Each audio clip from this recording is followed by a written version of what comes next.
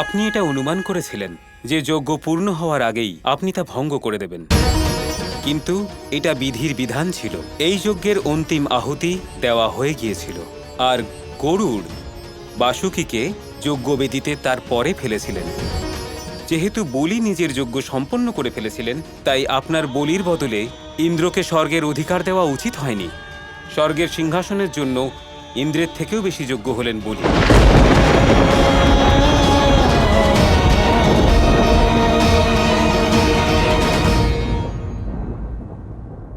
কৃষ্ণ, তুমি এত বড় ভুল কি করে করলে?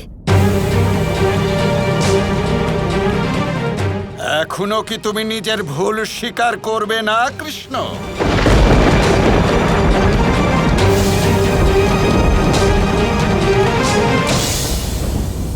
আমি মেনে নিচ্ছি, আমি মেনে নিচ্ছি, আমি মেনে নিচ্ছি।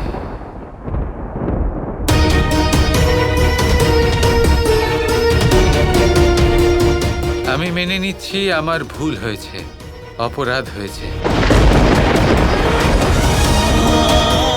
আমি ইন্দ্রকে স্বর্গলোকের সত্তা দিয়ে উচিত করিনি। বলি ইন্দ্রের থেকে অধিক পুণ্যবান। আমি আমার অপরাধ মেনে নিচ্ছি।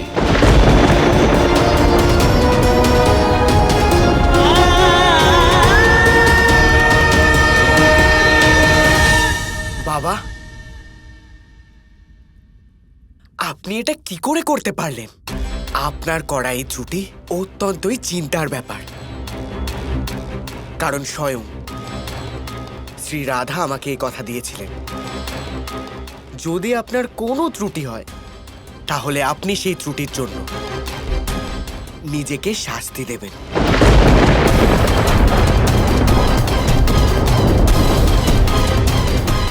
কৃষ্ণ সত্যিই যদি ভুল করে থাকে, তাহলে ও নিজেকে সেই ভুলের জন্য শাস্তি দেবে, এটা আমি কথা দিলাম।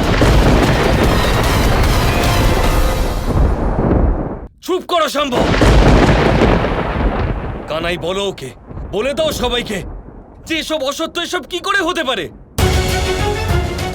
আমার কানাই কোনো পাপ করতেই পারে না, এসব অসত্য। না তাতশ্রী, এসব সত্যি। আর শ্রী রাধা যখন আমাকে এই কথা দিয়েছেন, তাহলে বাসুদেব শ্রীকৃষ্ণকে সেই কথার মান তো রাখতেই হবে।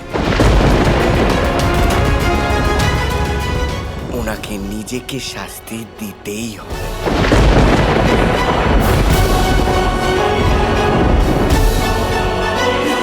এ কেমন কথা দিলাম আমি? স্বয়ং আমার কৃষ্ণকে বিপদে ফেলে দিলাম।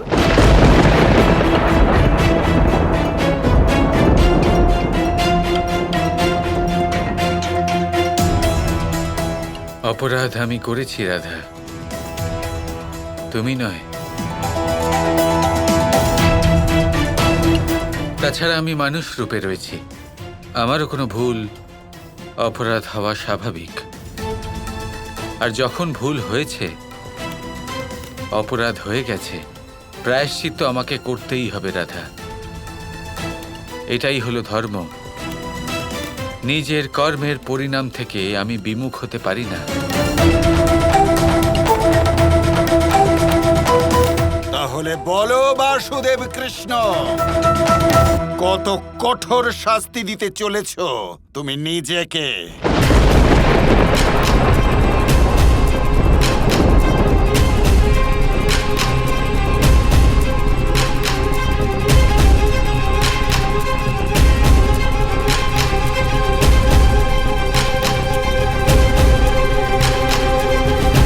এর শুধুমাত্র একটাই শাস্তি হতে পারে, মৃত্যু, মৃত্যু, মৃত্যু।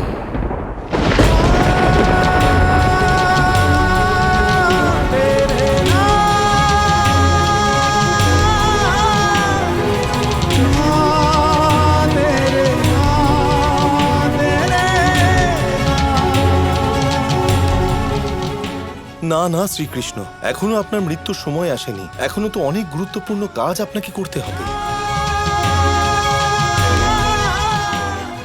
এটা কি করছো কৃষ্ণ? এই এই শাস্তি আমায় দাও, তোমার আগে আমার প্রাণ শেষ হোক। না রাধা, আমার খুব বড় পাপ হয়েছে, যার শাস্তি শুধু আর শুধুমাত্র মৃত্যু।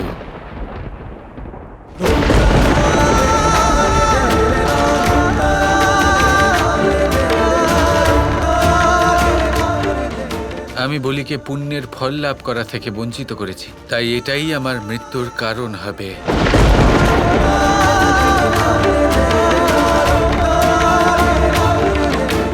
বলিকে অকালে পাতাল লোকে যেতে হয়েছিল, ওকে নিজের স্বজনদের থেকে দূরে থাকতে হয়েছিল, আর আমার নিয়তিও আমার সাথে এটাই করবে। আমার মৃত্যু ওইভাবেই হবে রাধা, অকালে, আপনদের থেকে দূরে, আপনদের থেকে দূরে।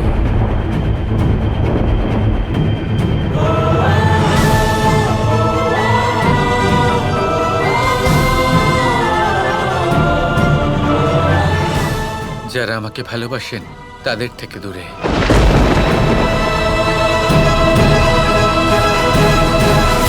আর এটাই হলো সেই শাস্তি যেটা আমি আজ নিজেকে দিতে চাই।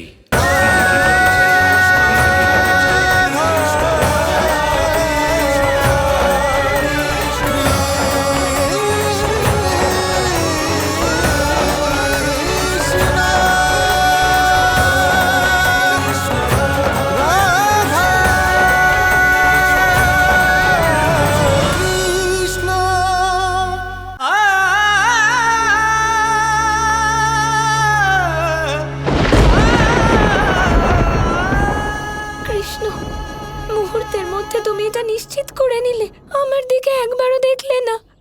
আমি আর তুমি যদি এক হই, তাহলে আমাকে জিজ্ঞেস না করে এটা স্থির করলে কেন?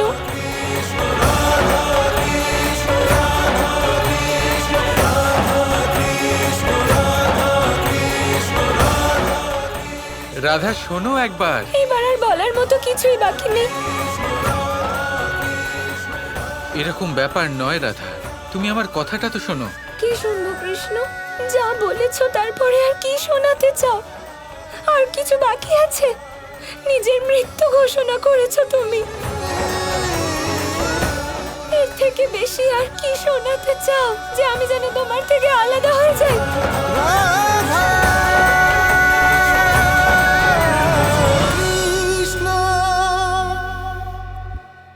সূর্যের মনে হয় যে তার থেকে বেশি তেজস্বী আর উজ্জ্বল কেউ নেই, তাই তার এই অহংকার ভঙ্গ করার জন্য মেঘ চলে আসে। তারপর এই মেঘের অহংকার বেড়ে যায় যে তার থেকে বেশি ঘন আর কেউ নেই। তারপরে বাতাসের একটা প্রবল দমক আসে আর মেঘেদের ছিন্ন ভিন্ন করে দিয়ে চলে যায়।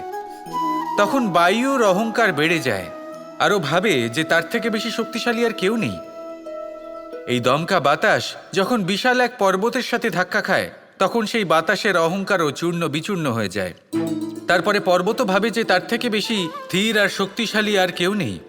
তখন পৃথিবীতে ভূমিকম্প হয় আর সেই বিশাল পর্বত চূর্ণ বিচূর্ণ হয়ে যায়, তারও অহংকার ভেঙে যায়। এবার ধরিত্রীর অহংকার হতে থাকে। ধরিত্রী বলে যে আমার উপর সবকিছু টিকে রয়েছে, আমার থেকে বেশি শক্তিশালী আর কেউ নেই। একটা ছোট্ট ইঁদুর আসে, মাটিতে গর্ত করে আর মাটি ধসিয়ে দেয়। ধরিত্রীর অহংকার ভেঙে যায়। এর তাৎপর্য হলো সরল, এই সংসারে অহংকার কখনো স্থির থাকে না, এই অহংকার ভাঙবেই। এটা হলো সাংসারিক চক্র। আমাদের নিজেদের জীবনে কর্তব্য পালন করতে হবে, কর্ম করতে হবে, কিন্তু অহংকার নয়। যে ব্যক্তি এটা বুঝতে সক্ষম হন তাকে জ্ঞানী বলা হয়, আর যে মানুষ এটা বুঝতে পারেন না তিনি সারা জীবন শোধ প্রতিশোধ মান অভিমানের এই চক্রে আটকা পড়েন। এবার আপনি কি এই চক্রে আটকে থাকতে চান, নাকি জ্ঞানী হয়ে উঠতে চান? সেই চয়ন আপনারই। আসুন আর আমার সাথে ভালোবেসে বলুন রাধা রাধা।